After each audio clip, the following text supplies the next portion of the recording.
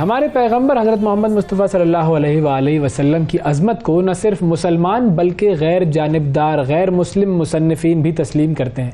उनकी ज़ात अक़दस के मुताल्लिक़ मग़रिबी मुसन्निफ़ीन ने बेशुमार कुतुब लिखी हैं और उनमें एक बहुत बड़ा नाम डॉक्टर क्रेग कॉन्सिडाइन का है, जिनकी एक ट्वीट कुछ दिन पहले आई थी, कुछ अर्सा पहले, और उन्होंने उस ट्वीट के ज़रिए मुसलमानों की तवज्जो जो है अपनी तरफ मबज़ूल करवा ली थी।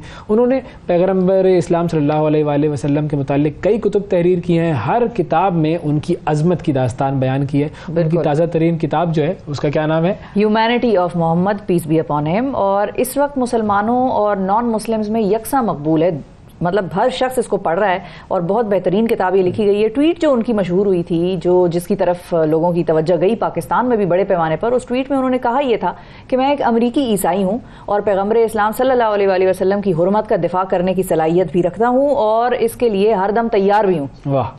डॉक्टर क्रेग ने किताब का मकसद भी हुजूर पाक सल्लल्लाहु अलैहि वसल्लम की ज़ात अक़दस का दिफा करार दिया है और इस किताब में उन्होंने बतौर माहिर समाजियात हज़रत मोहम्मद सल्लल्लाहु अलैहि वसल्लम की ज़ात की इंसानियत से भरपूर जो खूबसूरती है, जो उनकी ज़िंदगी में वैसे तो कई पहलू ऐसे हैं कि जो हमारे लिए लेकिन ख़ास तौर पर उन्होंने जो तवज्जो दी है वो नबी अकरम सल्लल्लाहु अलैहि वसल्लम की इंसानियत, ह्यूमैनिटी के हवाले से बात की। आज डॉक्टर क्रेग हमारे साथ मौजूद हैं, उनसे हम बात करते हैं, आपकी भी मुलाकात करवाते हैं।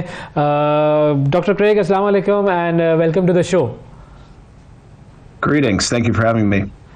So Dr. Craig, can you tell us how did your interest in Islam and the Prophet of Islam start? So it started when I got to college. This is just after 2001, so the events of 9/11. I was 16 when that happened, so that was very fresh. So I go to college at American University in Washington, D.C., and I'm trying to figure out why something like 9/11 happened. So I started taking a bunch of courses on Islam, and I had this one class called The World of Islam with Ambassador Akbar Ahmed, who is the former High Commissioner from Pakistan to the UK and Northern Ireland. And this class just really opened my mind, but it also opened my heart to the power of interfaith dialogue and pluralism and tolerance and coexistence. So I was under his wing for years, and I really felt that the message that he was giving me, but also the knowledge that he was sharing with me, was really an antidote to the clash of civilizations. You know, this idea that the West and Islam are fundamentally incompatible and that they're destined to be in conflict and in violence. So it's really, for me, it's about knowledge. It's the power of knowledge that's not only found in books, but the power of knowledge that we get through human experiences and engaging in dialogue with one another. Right, so let's come to the books, the subject of writing. Tell us about all your books. You have, this is not the first book, Humanity of Muhammad, peace be upon him, is not your first book on this subject. You have written several of them. So tell us a little about all of them. So the most recent book that was published was People of the Book, Prophet Muhammad's Encounters with Christians. This was published by Hearst and Oxford University Press. So it's essentially a biography of Prophet Muhammad's life told through the prism of his encounters with Christians. So I start with the story when he was a young teenager with Bahira the monk, and then I move on to Waraka ibn Nafal, and then carrying on throughout the course of his life. So looking at the companion's relationship with the Christians of Abyssinia, and then moving later in Prophet Muhammad's life to his encounter, his beautiful encounter with the Christians of Najran, when he allowed the Christians to pray inside Masjid al-Nabawi in Medina. So the book really focuses on the beauty of these relationships. And it's not just about our theological connections between Christianity and Islam, which there are many, but it's more about how Prophet Muhammad treated people. And he treated people with respect, with dignity, with humanity, and I think probably most importantly, hospitality. Right. So the book is really a biography of his life, and it's also a glimpse into the Christians that were around the Arabian Peninsula and even further up towards modern-day Jerusalem and Damascus. Right. But there are a lot of aspects of his life that we can learn from, but you have particularly chosen humanity of Muhammad. Why is that? Well, I think a reflection of who he was. So as a scholar and an author, if you're writing a book about an individual, a biography, you would, I think, ideally approach that topic objectively. And when I look at Prophet Muhammad's life, I see humanity. I see all the things I previously mentioned, this love of diversity, of respecting people, of making people feel like they can belong to a given community.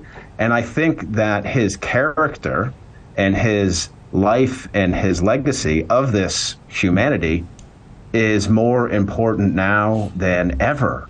And it's not just about humanity at large, it's also more specifically about Christian and Muslim relations. So I wrote the book not just as a kind of scholar, I also wrote it as someone who has really grown to admire Prophet Muhammad, but I'm also a strong believer in this idea that his humanity can help us solve a lot of our current issues, and it's kind of like a cure to some type of disease that has really brought humanity down. So that's very true. That's very true. Okay, now there are a lot of people in the West who don't seem to understand the life of the Prophet, the personality of the Prophet, the teachings of the Prophet, and they start to ridicule him. Why is that?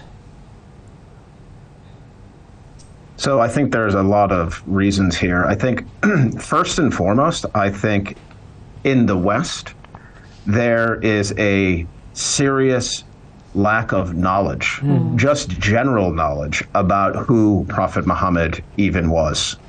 So there's a huge gap in even basic understanding. You know, most Americans, if I could put it into the context of my own country, wouldn't even really know that Islam and the message that Prophet Muhammad received from our Creator is a continuation of Judaism and Christianity. So I think a lot of people wouldn't even understand that. So there's a lack of knowledge. And then as an extension to this, not only is there a lack of knowledge, but then we get into the lack of appropriate, objective takes about his life. And what we see in the West are crude maneuvers in which people might take one quote or one hadith or one instance in his life completely out of context, and then try to paint a wide brush and just say, well, this is who the person actually was. So there's a lack of knowledge. There's a lack of good knowledge. Then I think there's something more serious, and then there's something more sinister. The more serious thing is apathy, that people actually don't care to learn about his life. And I think this is unfortunate, and it's kind of sad because, as I mentioned earlier, his life and legacy has so much to teach us, not only Muslims, I mean, the whole of humanity. So that's unfortunate. Now, there is a sinister side of this too, right, where people will take this kind of misconstrued idea of who he was and use it for political gains. Like we saw it recently with the Quran burning in Sweden. Obviously, this isn't necessarily pertaining directly to Prophet Muhammad, but we see these groups just fanning the flames of division, of separation, and of hatred. And this goes back to the apathy. Like these are people and groups that really don't even want to come to that common ground. Right. That's actually what Prophet Muhammad was all about, bringing people to a common space and having this type of dialogue so we can get to know one another. So it's a multifaceted issue, but it really points to lack of knowledge, apathy, and sinister political motives. Okay. Very well explained, actually. What do you think if an incident like the Quran burning incident happens in the West, or an incident like ridiculing the Prophet happens in the West? How should Muslims behave? What is your opinion? That's a really good question. So if I can put this into the context of Muslims, what should Muslims do when Prophet Muhammad is defamed? Honestly, in my own personal opinion, I think it should be ignored. And I think Prophet Muhammad would always take and he did, always take the higher road. We have examples of in his life where one of his neighbors would, constantly throw trash on him as he was walking to the masjid, and this was almost like a daily occurrence. Yes. He just carried on because he knew that his mission was much higher. The things that are happening in his world here on earth are important, but there's a higher divine creator, and there's a higher mission. So moving beyond these kind of petty insults, a caricature, it's a drawing. It doesn't really take away anything that Prophet Muhammad accomplished in this world. So I would say ignore it. I think that's what he would do. Now, for people in the West, I think the best way for people to become more, let's say, familiar with Muhammad is not to look at, let's say, traditional theology. Look at how he treated people.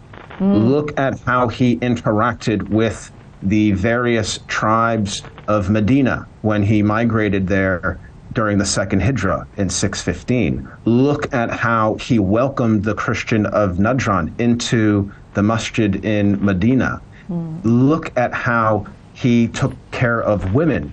Look how he took care of orphans. I think we have to focus on human stories. This is the best way to learn. We can get to the theology, we can get to the major religious claims at a later point, but you really have to get to know who this man was on an everyday basis. Right. How he treated his family members, how he lived in his home. He was someone who always did his own chores, which I think says a lot, and how he treated strangers and friends alike. So we got to start there. Yes. So the people in the West should do this, but like you studied the Prophet's life, and now you know who he actually was. He was the greatest human being. But when it comes to other people, sometimes it seems that they are just there to talk negative about him. Maybe they have a political agenda or something like that. I think this goes back to people having, as we discussed earlier, kind of like sinister motives. Like you can cherry pick any religious text. You could cherry pick the hadith. You could cherry pick various moments in his life that we're familiar with and say that, he would justify this. But whatever that justification is might have a kind of sinister side, but there's always going to be a story that uplifts our humanity. Right. So we almost have options as human beings. Like we can look at the controversial stuff, we can look at the divisive stuff, we can choose to focus on oppression and alienating people, or we can go to the more constructive, productive, peaceful, and pluralist examples. So it's almost like an inner spiritual struggle that I think people are confronted with. Why don't we look at the example that he provided for humanity? Why are we looking at something that he may have done completely out of context? Our understanding of it is completely out of context, and it happened in the 7th century, which is a completely different social, political, and cultural environment. So it's really about what people bring to what they bring in their heart and their mind to reading like the Quran. If you're going into the Quran with a certain objective or goal, you could probably find something to accomplish or to justify your sinister motive. But you could also find something, if you bring that peace and that love into the reading, you can find that as well. So we have to really look at uplifting people as they engage with this extensive body of knowledge. Right. Absolutely, you're right. I would want to know that, have you read Quran also in order to understand and in order to get a better idea of who Prophet Muhammad, peace be upon him, was? Yeah, I'm not. I don't claim to be a scholar of the Quran. I'm not a hafiz. I have not memorized it. However, I have engaged with it thoroughly throughout the years. I've been studying Christian-Muslim relations and interfaith dialogue and the life of Muhammad since I was 19, which is half my life at this point. And I always run my research through the Quran, right? So making sure that what I'm writing about Prophet Muhammad doesn't contradict something that we see in this holy book. Wonderful. There's also excellent biographies that have been written about Prophet Muhammad that are actually telling the story of his life through the Quran. So there's one book by Professor Juan Cole, who's based at the University of Michigan here in the United States. It's called The Prophet of Peace. So he uses the Quran to explain Prophet Muhammad's life journey, where as a sociologist, I'm drawing on a wider, more extensive range of sources, if I could say that humbly. So yeah, of course, I'm familiar with the Quran, but again, I'm not claiming to be a scholar of it. Right. Okay, and what was the response of people on your book? There's been a spectrum of responses, if I could put it that way. Okay. My immediate family is very supportive of my academic endeavors and have always supported the work that I do. And I think a lot of that had to do with when I started back at American University, as I mentioned, with Professor Ahmed, and they saw the positive impact that he had on me as a human, and that kind of gave the thumbs up in their mind that this person had a positive influence. However, there were people within my social circle throughout the years, so not at any one given point, who are suspicious. They might think I'm a secret Muslim, or that I'm doing things like writing books and giving speeches around the world for fame or for money. So some people just don't know about the true mission, which is really just about building bridges and making this world a better place. This is a very important mission for us. Now, there's also a significant backlash, let's say, among so-called Islamophobes or anti-Muslim bigots who work deliberately and consistently, and have done so for many years, to discredit my work, as a scholar, which I welcome. I understand that that's fair.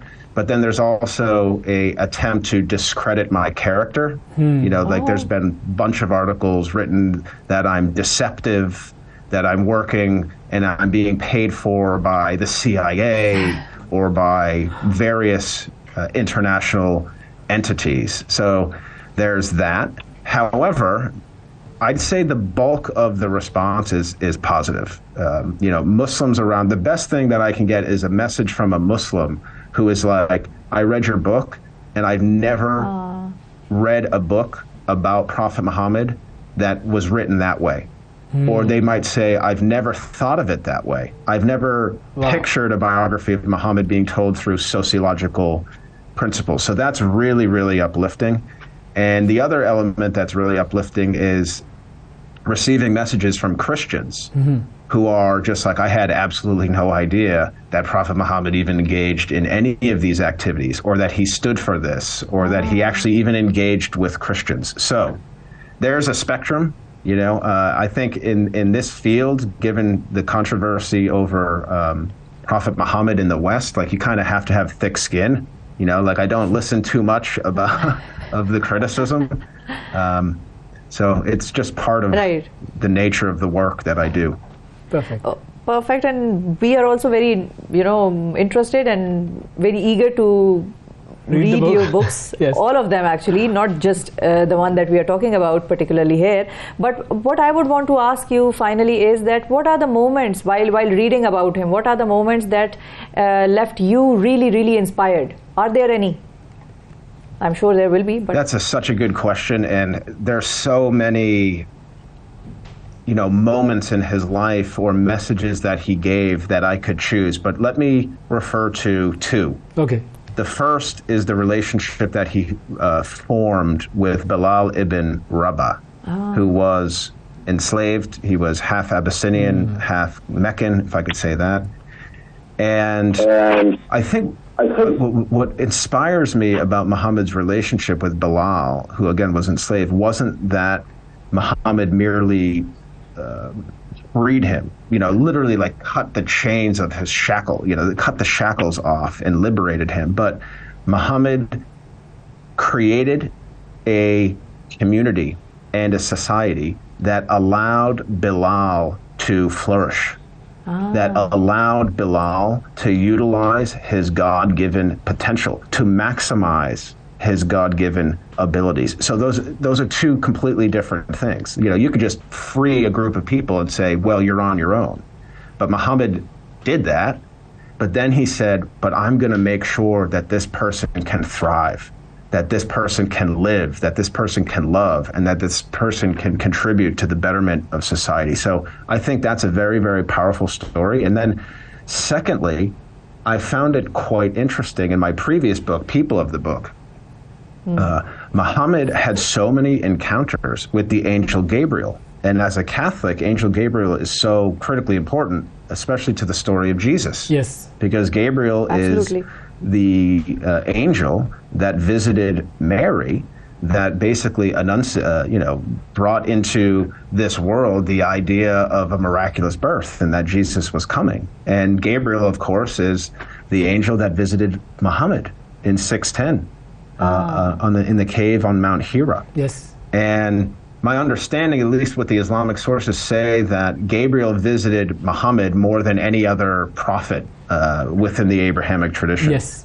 Which I find very inspiring. So Gabriel, in addition to someone like Jesus and Mary, is a figure that can unite Christians and Muslims. He can serve as a type of glue for Christianity and Islam to come together to better understand one another. Rightly said. It was an inspiring discussion with you, Dr. Craig, and we look forward to reading your book. Yes, and many congratulations to you once again on the books as well, on this amazing work that you're doing, bringing people together and creating a space where everybody can breathe happily and they can live peacefully. And congratulations for your newborn baby girl.